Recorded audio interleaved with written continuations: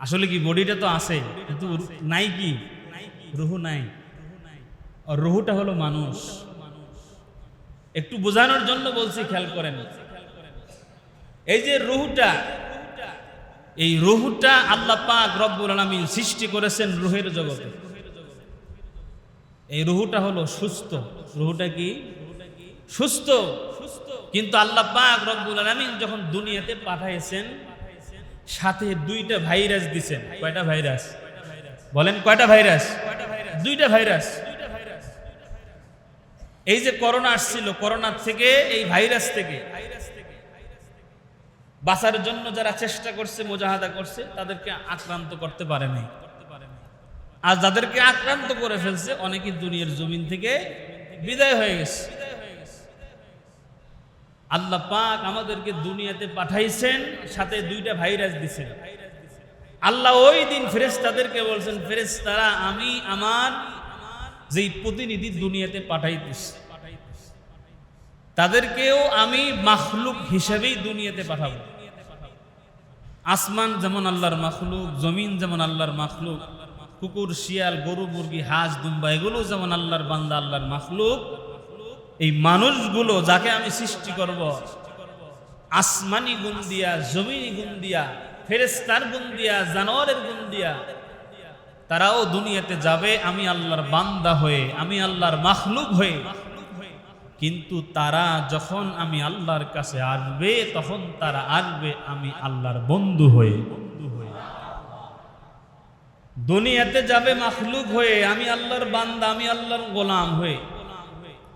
কিন্তু যখন তারা আমি আল্লাহর কাছে আসবে, তখন আসবে তারা বন্ধু হয়ে। সুবহানাল্লাহ। আর আমার বন্ধু যখন হয়ে তারা আসবে, তাদের জন্য আমি গেস্ট হাউস রেখেছি, মেহমান খানা রেখেছি, লক্ষ রকমের নিয়ামত দিয়া তাদের জন্য গেস্ট হাউস রেডি করে রেখেছি। আর ওই গেস্ট হাউসের নাম হলো জান্নাত। সুবহানাল্লাহ। আর যারা কিনা আমি আল্লাহর বন্ধু হয়ে আসতে পারবে না, তারা হবে মুজরিম, তারা হবে অপরাধী। আর শত্রুকে মানুষ গেস্ট হাউসে রাখে না, শত্রুকে মানুষ মেহমানদারি করায় না। দেশের শত্রুকে সরকার জেলখানায় রাখে। আপনার শত্রুকে আপনি আপনার আশপাশেও ভিড়তে দিবেন না। আল্লাহ বলেন, যারা আমি আল্লাহর বন্ধু হয়ে আসতে পারবে না, আমি আল্লাহ তাদের জন্য জেলখানা রেখেছি, যেই জেলখানার নাম হলো জাহান্নাম। তো এই যে আল্লাহ পাক আমাদের রুহটা সুস্থ হিসাবে সৃষ্টি করেছেন, বন্ধু হয়ে যেতে পারবো তখন এই রূহ সুস্থ হিসাবে আল্লাহর কাছে সুস্থভাবে নিয়ে যেতে পারবো যখন। দুইটা ভাইরাস আল্লাহ দিয়েছেন, একটা হলো নফসানি আর একটা হলো শয়তানি। একটা নফসানি আর একটা শয়তানি। এই দুইটা ভাইরাস থেকে যারা বিরত থাকতে পারবে, তাদের রূহ সুস্থ থাকবে, তাদের দিল সুস্থ থাকবে।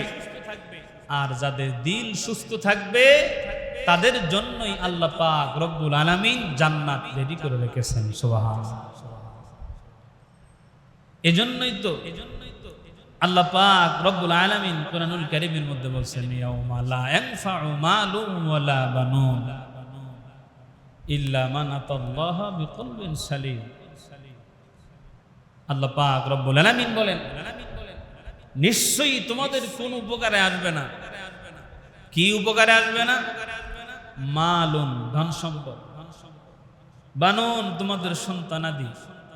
কি কাজে আসবে? ইল্লা মান আতাল্লাহা বিকলবিন সালিম, সুস্থ দিল, পরিচ্ছন্ন অন্তর, যেই অন্তরে আল্লাহর ভয় আছে, যেই অন্তরে রাসূলের মুহাব্বত আছে, যেই অন্তরে কোরআন আছে, সুন্নাহ আছে, যেই দিলটা সুস্থ, এই সুস্থ দিলের মালিক যারা হবে, আল্লাহ তাআলা হাসরের দিন তাদের সব থেকে সম্মানিত করবেন। এজন্যই তো আল্লাহ পাক রব্বুল আলামিন বলেন, ইন্না আকরামাকুম ইনদাল্লাহি আতকাকুম। আল্লাহ বলেন নিশ্চয়ই আকরামাকুম তোমাদের মধ্যে সম্মানিত ইনদাল্লাহ আমি আল্লাহর কাছে আতকাকুম তোমাদের মধ্যে সব থেকে যার অন্তরে থাকবে বেশি আল্লাহর ভয়, যার অন্তরে থাকবে তাকওয়া, যার অন্তরে থাকবে নবীর মহব্বত, এক কথায় যার দিল হবে সুস্থ। এই সুস্থ দিলওয়ালা মানুষটা দুনিয়ার থেকে যখন আমি আল্লাহর কাছে আসবে তখন সে আসবে বন্ধু হিসাবে। ও দুনিয়ার মুসলমান ইমানদার আল্লাহর গোলামেরা, তো আল্লাহ পাক রব্বুল আলামিন আমাদেরকে যখন রূহের জগতে সৃষ্টি করেছেন আমাদেরকে ওই সময় সুস্থ হিসেবে আল্লাহ তাআলা বানাইছেন, দুনিয়াতে পাঠাইছেন, দুইটা ভাইরাস সঙ্গে দিয়া দিছেন, নফসের খাহেসাত, শয়তানের ওয়াসওয়াসা, দুইটা জিনিস। এই দুনিয়ার জমিনে যেই বান্দাগুলো, আল্লাহর যেই মাখলুকগুলো, যেই মানুষগুলো দুইটা ভাইরাসের সঙ্গে যুদ্ধ করে বিজয় অর্জন করতে পারবে, আল্লাহর পেয়ারা বান্দা যারা হতে পারবে, সুস্থ দিল নিয়ে যারা আল্লাহর দরবারে হাজিরা দিতে পারবে, আমার আল্লাহ সুস্থ দিলের বদৌলতে তাদেরকে মাফ করে দিয়া আমার আল্লাহ জান্নাতের মেহমান বানায় নিবে। এই কথাটাই শায়েখ বলেছিলেন যে আল্লাহ পাক রব্বুল আলামিন আমাদের ভিতরে দুইটা জিনিস দান করেছেন। ও দুনিয়ার মুসলমান, একটা হলো নফসানিয়াত, একটা হলো শয়তানিয়াত, একটা হলো মন্দ কাজের শক্তি আর একটা ভালো কাজের শক্তি। দুনিয়াটা পরীক্ষা সেন্টার, দুনিয়াটা পরীক্ষার হল, আল্লাহ বাধা দেবে না।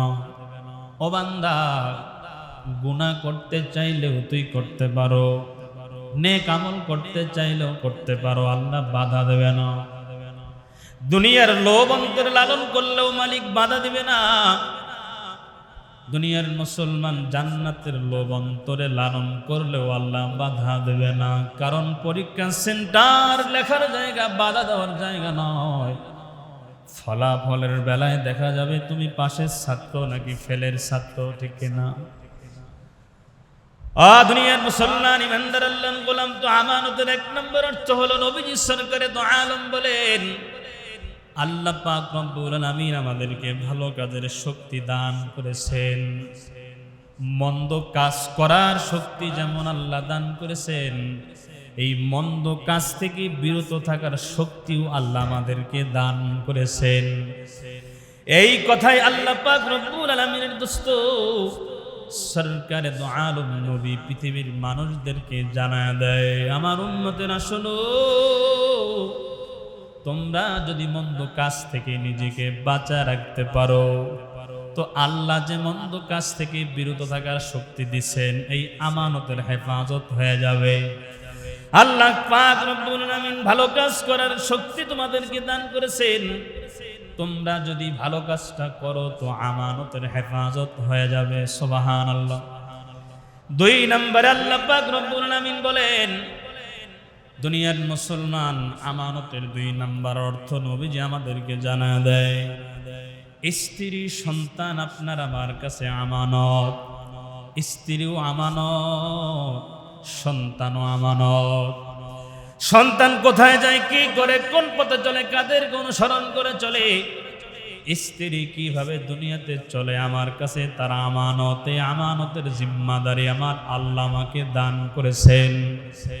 এই জন্যই আমানতের খেয়ানত যাতে না হয়, আমানতের হেফাজত যাতে হয়, সেইভাবে পরিবার আমাকে চালানো লাগবে।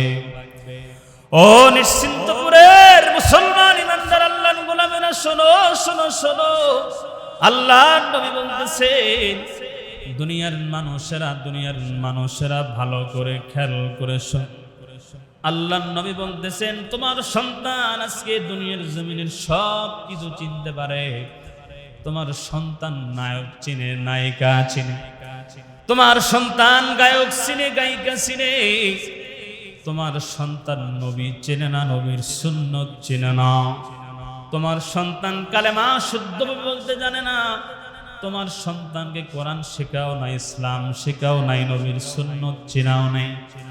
এই জন্যই বিশ্বনবী বলেন সন্তানদেরকে দ্বীন শেখানো এটা হলো আমানত। সন্তানদেরকে রসুল চিনানো হলো আমানত, সন্তানদেরকে রসুলের সুন্নাহগুলো চিনানো হলো আমানত। আজকে আমরা দুনিয়ার সব জাগতিক শিক্ষা আপনার আমার সন্তানকে আমরা দিতেছি লক্ষ টাকা খরচ করিয়া, কিন্তু বিনা টাকায় যেই শিক্ষা, রসুল চেনার শিক্ষা, কোরআন শেখার শিক্ষা, এই শিক্ষা আমরা আমাদের সন্তানদেরকে দিতেছি না। ঠিক না? লম্বা করবো না। দুনিয়ার মুসলমান ইমানদার আল্লাহর গোলাম, 3 নাম্বার হলো মজলিসে আমানত। এই যে মজলিসে বয়ান আমি করতেছি, এই মজলিসটা আপনাদের কাছে নিয়ামত, এটা একটা আমানত। আল্লাহ আমাকে এখানে বসাইছেন, এটা আমার জন্য নিয়ামত। এখানে বসে হক কথাগুলো বলা আল্লাহর পক্ষ থেকে আমানত। কারো চোখের দিকে তাকায়া, কোনো নেতার দিকে তাকায়া, কোনো দেশের দিকে তাকায়া, সরকারের দিকে তাকায়া আমি যদি এইখানে 19-20 করে কথা বলি, আমানতের খেয়ানত হয়ে যাবে। আর আমানতের খেয়ানত যদি আমি করে ফেলি, হাসরের ময়দানে স্থান আমারও হবে জাহান্নাম। ঠিক না? এবার আসেন 4 নাম্বার হলো অঙ্গীকার, জিম্মাদারি, আমানত। অঙ্গীকার, জিম্মাদারি, আমানত। দুনিয়ার মুসলমান ইমানদার আল্লাহর গোলাম, আপনি আপনার অফিসের বস, আপনার জিম্মাদারি আছে, আপনার অধীনস্থ আছে। এই অধীনস্থ যারা আপনার কাছে আমানত, আপনি পরিবারের গার্ডিয়ান, আপনার সন্তান, স্ত্রী, আপনার পরিবারের সদস্যরা আপনার কাছে আমানত। অর্থাৎ দায়িত্ব একটা আমানতের নাম। আল্লাহর নবী বলছেন, যার আমানতদারিতা আছে তার ঈমান আছে, আর যার আমানতদারিতা নাই তার ঈমান নাই। যার ঈমান আছে তার স্থান হলো জান্নাত, আর যার ঈমান নাই তার স্থান হলো জাহান্নাম। নাউজুবিল্লাহ। ও দুনিয়ার মুসলমান ইমানদার আল্লাহর গোলামেরা, খেয়াল করেন, আজকে আমানতদারিতার যে গুণ, এই গুণটা আমাদের ভিতরে নাই। আজকে অন্তরের মধ্যে দুনিয়ার লোভ লালসা ঢুকে গেছে। দুনিয়ার লোভ লালসা ঢোকার কারণেই আমানতের কোনো অর্থ আমাদের ভিতরে খুঁজে পাওয়া যায় না। অথচ আমাদের আকাবিন যারা ছিলেন, হযরত বুজুর্গানে দ্বীন যারা ছিলেন, তাদের অন্তরে দুনিয়ার লোভ ছিল না রে মুসলমান। তাদের অন্তরের মধ্যে ছিল দ্বীনের লোভ, তাদের অন্তরে ছিল জান্নাতের লোভ, আল্লাহকে পাওয়ার লোভ, নবীকে পাওয়ার লোভ। আব্দুল কাদের জিলানী রাহমাতুল্লাহ আলাইহি তার একটা ঘটনা আল্লামা তাকি উসমানী সাহেব তার কিতাবের মধ্যে নিয়ে আসছেন। আল্লামা জাস্টিস তাকি উসমানী বলেন যে শাহ আব্দুল কাদের জিলানী রাহমাতুল্লাহ আলাইহির কিছু সম্পদ, কিছু মাল লঞ্চে করে এক জায়গা থেকে আর এক জায়গায় যাইতেছিল। হঠাৎ করে ঢেউয়ের কবলে পড়িয়া লঞ্চটা, স্টিমারটা ডুবে গেল। আব্দুল কাদের জিলানীর কাছে খবর চলে আসলো, হযরত আপনার যেই মাল ছিল লঞ্চে করে কোন জায়গায় পাঠাইছিলেন, আপনার এই সম্পদ সহ এই লঞ্চটা পানির মধ্যে ডুবে গেছে।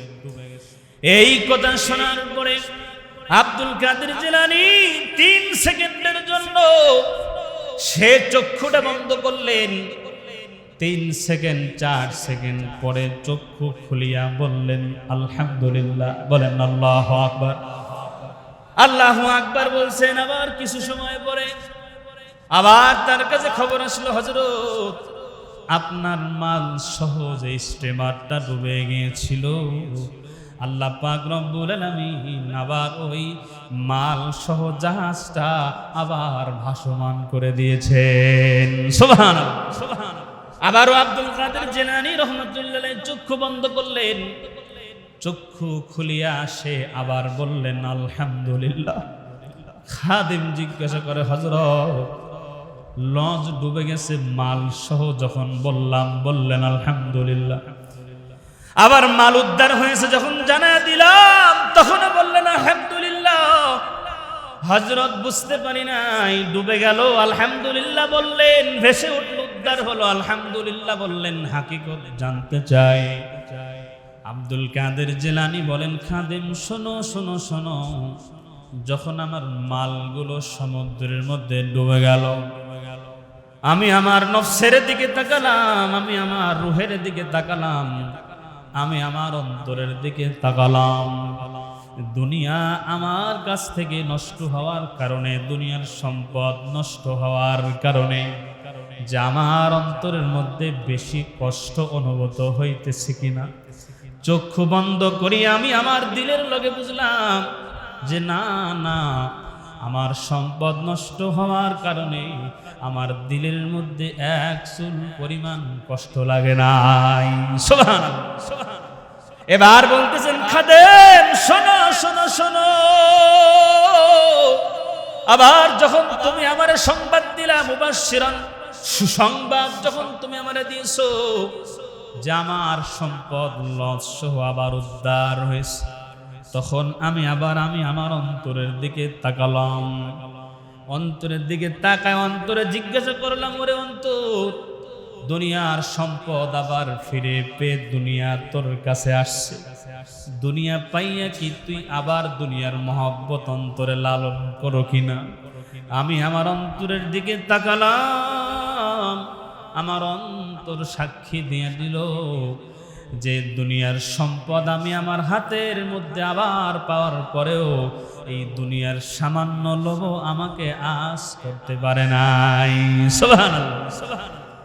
বড় বড় আকাবিরিন যারা এটা কেন হয়েছে, কয় তাদের দিল ছিল সুস্থ। এই দুনিয়ার জমিনে 3 ধরনের দিলওয়ালা মানুষ বসবাস করে। কয় ধরনের? মানুষের দিল হাড় অন্তর হলো 3 রকম। একটা হলো সুস্থ দিল, আর একটা হলো অসুস্থ দিল, আর একটা হলো মৃত দিল। যাদের দিল ভালো, তাদের দিল ভালো, তারা আল্লাহওয়ালা আউলিয়া। যাদের দিল ভালো তারা হলেন ওলি আল্লাহ, তারা হলেন আল্লাহর বন্ধু, আল্লাহর খাস কামরার বাসিন্দা। সুবহানাল্লাহ। যার দিল সুস্থ, সেই মানুষটা সুস্থ দিলের অনুপ্রেরণায় সত্য কথা বলে, সুস্থ দিলের অনুপ্রেরণায় ভালো কাজ করে, সুস্থ দিলের অনুপ্রেরণায় মন্দ কাজ থেকে বিরত থাকে। এই মানুষটা হলো আল্লাহর পেয়ারা, এই মানুষটা হলো রসুলের পেয়ারা। এই মানুষটা দুনিয়ার জমিন থেকে যখন বিদায় হয়ে যাবে, আমার আল্লাহর পেয়ারা হয়ে দুনিয়ার থেকে বিদায় হবে। ওই যে আল্লাহ বলছেন, আমি আমার বান্দাদেরকে দুনিয়ার জমিনে বান্দা হিসেবে প্রেরণ করব, তারা যদি সুস্থ দিল নিয়ে আমি আল্লাহর দরবারে আসতে পারে, তো তারা আমি আল্লাহর দরবারে আসবে আমি আল্লাহর বন্ধু হইয়া। সুবহানাল্লাহ, সুবহানাল্লাহ। 1 নম্বর হলো সুস্থ দিলওয়ালা মানুষ। সুস্থ দিলওয়ালা মানুষের সংখ্যা খুবই কম, খুবই কম। 2 নম্বর হলো অসুস্থ দিল।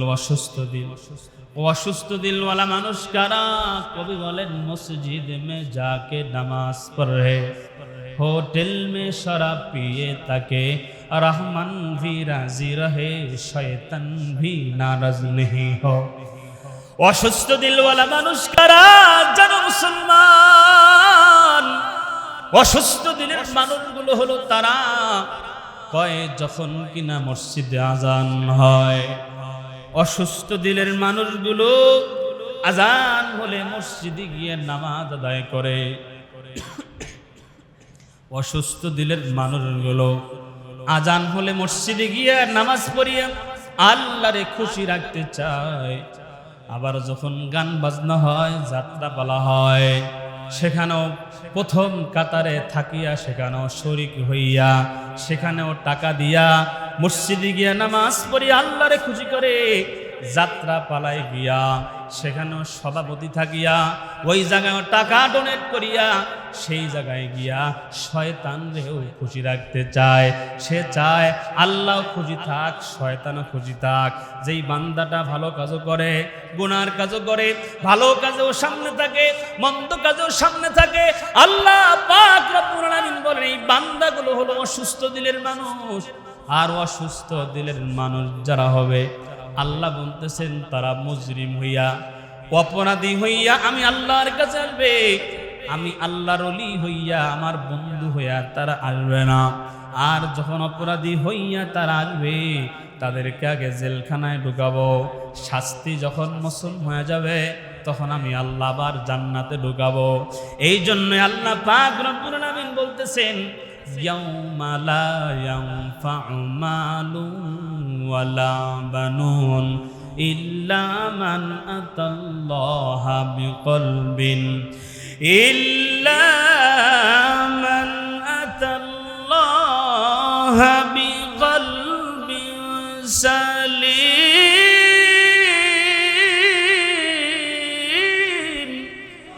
আল্লাহ পাক রব্বুল আলামিন জানায় দিচ্ছেন, এরে আমার গোলাম, দুনিয়ার জমিনে গুনাহ করার শক্তি তোরে আমি আল্লাহ দিলাম, জিনা করার শক্তি আমি আল্লাহ তোরে দিলাম, সুদ খাবি ঘুষ খাবি এই শক্তি আমি আল্লাহ তোরে দিলাম। কিন্তু গোলাম, যদি আমি আল্লাহর বন্ধু হতে চাও, যদি আমি আল্লাহর গেস্ট হাউসের মেহমান হতে চাও, এরে গোলাম, দুনিয়ার জমিন থেকে ভাইরাসে আক্রান্ত করিয়া অন্তরকে ভাইরাস যুক্ত করে আনা যাবে না। অন্তরটাকে পরিচ্ছন্ন বানায় আমি আল্লাহর দরবারে আসতে হবে। দুনিয়ার লোভ, দুনিয়ার লালসা যদি অন্তরে লালন করো, তোমার রূহ অসুস্থ হয়ে যাবে, তোমার হাড় অসুস্থ হয়ে যাবে। আর হাড় যদি অসুস্থ হয়, অন্তর যদি অসুস্থ হয়, অসুস্থ দিল নিয়ে আসলে সরাসরি আমি আল্লাহর জান্নাতে যাওয়া যাবে না। দুনিয়াতে 3 ধরনের দিলওয়ালা মানুষ। 1 নাম্বার সুস্থ দিলের মানুষ, যাদের দিল সুস্থ হয় এরা সুস্থ কাজ করে। যাদের দিল ভালো হয় তাদের জবান ভালো হয়, যাদের দিল ভালো হয় তাদের কাজ ভালো হয়, কর্ম ভালো হয়। যাদের দিল ভালো হয় তাদের কর্মজীবন, পারিবারিক জীবন, সামাজিক জীবন, রাষ্ট্রীয় জীবন সবকিছু ভালো হয়। আর যেই মানুষটার অন্তর অসুস্থ হয় এর সব কিছুই অসুস্থ হয়ে যায়, ঠিক না? এই জন্য অন্তরকে ভালো বানানোর চেষ্টা করি, অন্তরকে অহংকার মুক্ত রাখার চেষ্টা করি। এই জন্যই নবীজি সাল্লাল্লাহু আলাইহি সাল্লাম বলেন, দুনিয়াতে 3 ধরনের হাড়ের মানুষ। একটা হলো সুস্থ দিল, 2 নাম্বার অসুস্থ দিল, 3 নাম্বার মৃত দিল, ডেড হার্ট। মৃত দিল কারা? দিল মরে গেছে। কেমনে দিল মরছে? তাদের যাদের ভিতরে আল্লাহ আছে, রসুল আছে, কোরআন সত্য, কবর সত্য, হাসর সত্য, জান্নাত সত্য, জাহান্নাম সত্য, অকাট্য দলিল থাকা সত্ত্বেও যারা আল্লাহ মানে না, রসুল মানে না, ইসলাম মানে না, এগুলো হলো মৃত দিলের মানুষ। এরা মরতে দেরি হবে, এরা জাহান্নামী হতে দেরি হবে না। জোরে বলে নাউজুবিল্লাহ। আসেন, তো অঙ্গীকার, জিম্মাদারি, আমার দায়িত্ব যেটা আছে এটা আমার কাছে আমানত। যেই জায়গায় দায়িত্বশীল, এই দায়িত্ব সম্পর্কে আল্লাহ জিজ্ঞাসিত করবে। আমি ইমাম, এই মেম্বার আমার কাছে আমানত। আপনি মসজিদের সভাপতি, এই আসন আপনার আমানত। আপনি মেম্বারের চেয়ার আপনার কাছে আমানত। আপনি চেয়ারম্যান, এই চেয়ারম্যানের চেয়ার আপনার কাছে আমানত। এক কথায় আপনি যেই জায়গায় আছেন দায়িত্বশীল হিসেবে, এই দায়িত্বে যদি অবহেলা করেন, অবশ্যই হাসরের ময়দানে দায়িত্ব সম্পর্কে আল্লাহ আপনাকে জিজ্ঞাসা করবে। আমার দায়িত্ব, আমানত যদি আমি ঠিকমতো আদায় করতে না পারি, এই দায়িত্ব অবহেলা করার কারণেও আমাকে জাহান্নামী হওয়া লাগতে। এবার আসেন মুসলমান বাবারা, জিম্মাদারি, দায়িত্ব এটা বড় আমানত। যেই জায়গায় দায়িত্বশীল আছি, আমি স্বামী হিসেবে দায়িত্বশীল স্ত্রীর কাছে, আমি বাবা হিসেবে সন্তানের কাছে দায়িত্বশীল। আমাদের এখানে যারা আছি এমন কেউ নাই যে কোনো না কোনো জায়গায় সে দায়িত্বশীল নয়। ভাই, সেও বোনের কাছে দায়িত্বশীল, কারণ বোনের প্রতি ভাইয়ের দায়িত্ব আছে। আমি তো বিবাহ যদি করে থাকি, আমার স্ত্রী, তার কাছে আমি দায়িত্বশীল, আমি তার কাছে লিডার, সে আমার কথা মানবে। এভাবে যে জায়গায় দায়িত্ব আছে, এই দায়িত্ব সম্পর্কে আল্লাহ কিন্তু জিজ্ঞাসা করবে। এটা আমানত, এই আমানতের হেফাজত করার জন্য চেষ্টা করবো। আল্লাহ তৌফিক দান করেন, আমিন। শেষ করছি। 5 নাম্বার গোপন বিষয়। ধরেন আপনার কাছে আমি একটা গোপন কথা বললাম, যে ভাই এই কথাটা গোপন, আপনাকে বিশ্বাস করি কথাটা বললাম, এটা আমানত। এটা কি আমানত? হয়তো এখন মিল মহব্বত আছে, 2 দিন পরে কোনো না কোনো কারণে একটু ঝগড়া লাগছে, হয়তো টাকা ধার নিছে 20,000, এখন দেয় নাই, এখন দুজনের মধ্যে একটা মনোমালিন্য তৈরি হয়েছে।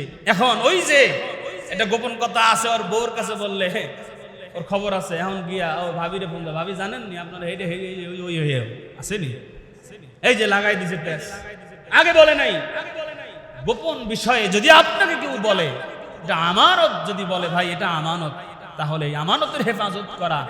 এরপরে 6 নাম্বার, কেউ পরামর্শ চাইলে দেখবেন পরামর্শ ধরেন আপনি এই জায়গায় দোকানদারি করেন, ব্যবসা করেন, আরেকজন মানুষ চাইতেছে যে আপনার পাশে আরেকটা দোকান দিবেন। এখন আপনাকে যদি এসে বলে ভাই ব্যবসা বাণিজ্যের কি হালত, একটু পরামর্শ নিতে আসছে। এখন ও চিন্তা করে যে ও যদি আমার এনে দোকান দেয় তা আমার ব্যবসা লাভ হবে না, লস হবে। ভাই খালি লস, কথা কয় না, খালি লস। এই ব্যবসা বাণিজ্য করে তুই করস করে, তুই যে 20 বছর ধরে করস, বেড়াই পরামর্শ চাইছে, না না না এই ব্যবসা ধরে না, এটা আমানতের খেয়ানত। নবীজি বলছেন কেউ যদি আপনার কাছে পরামর্শ চায় ভালো পরামর্শ দিবেন, এটা হলো আমানত। আমরা জীবনেও কারো ভালো পরামর্শ দেয় না, ভালো পরামর্শ দেয় না। কেমনে ওরে ফাঁদে ফেলান যাবে, কেমনে ওরে বিপদে ফেলান যাবে, এই বুদ্ধি দেয় যে বিপদে পড়ুক শালা, পর বিপদে পড়ে মর। ভালো পরামর্শ কেউ কাউকে দিতে চায় না। এই কাজটা আমরা করব না, অন্তর পরিষ্কার করতে হবে। পরিষ্কার অন্তর, সুস্থ দিল যদি আমরা তৈরি করতে না পারি, আর একজনের জন্য ভালো পরামর্শ আসবে না, ঠিক কি না? আমি মন্ডল মার্কেট মসজিদে বয়ান করছিলাম ওই দিন, ওখানে একটা কথা বলছিলাম, আবারও বলছি, আজ পর্যন্ত কোন ইমাম সাহেবের দেখছেন এই যে আমরা এত দোয়া করি, ধরেন আমি এখানে 2 বছর প্লাস, কোনদিন দেখছেন যে আল্লাহ আমার বিবি অসুস্থ, আমার বিবির অপারেশন ভালো করে দাও? বলছি? বলেন না, আরে বলেন না, বলছি কোনদিন? আমার বাবা অসুস্থ, আল্লাহ ভালো করে দাও, বলছি কোনদিন? কেন আমার বাবার কি অসুস্থ নাই? আমার বিবি অসুস্থ হয় না? এই অপারেশন করাইছি কয়েকদিন আগে, কই আমি তো কোনোদিন দোয়া করলাম না। কিন্তু আপনি যে আমার কাছে ছিলি, হুজুর 500 টাকা দিছি, নাম কইছেন আমার, কথা কয় না কেন? তোর নাম, তুই নাম নিয়ে থাক, এই প্রতিদান হাসরের দিন কিছুই পাবি না।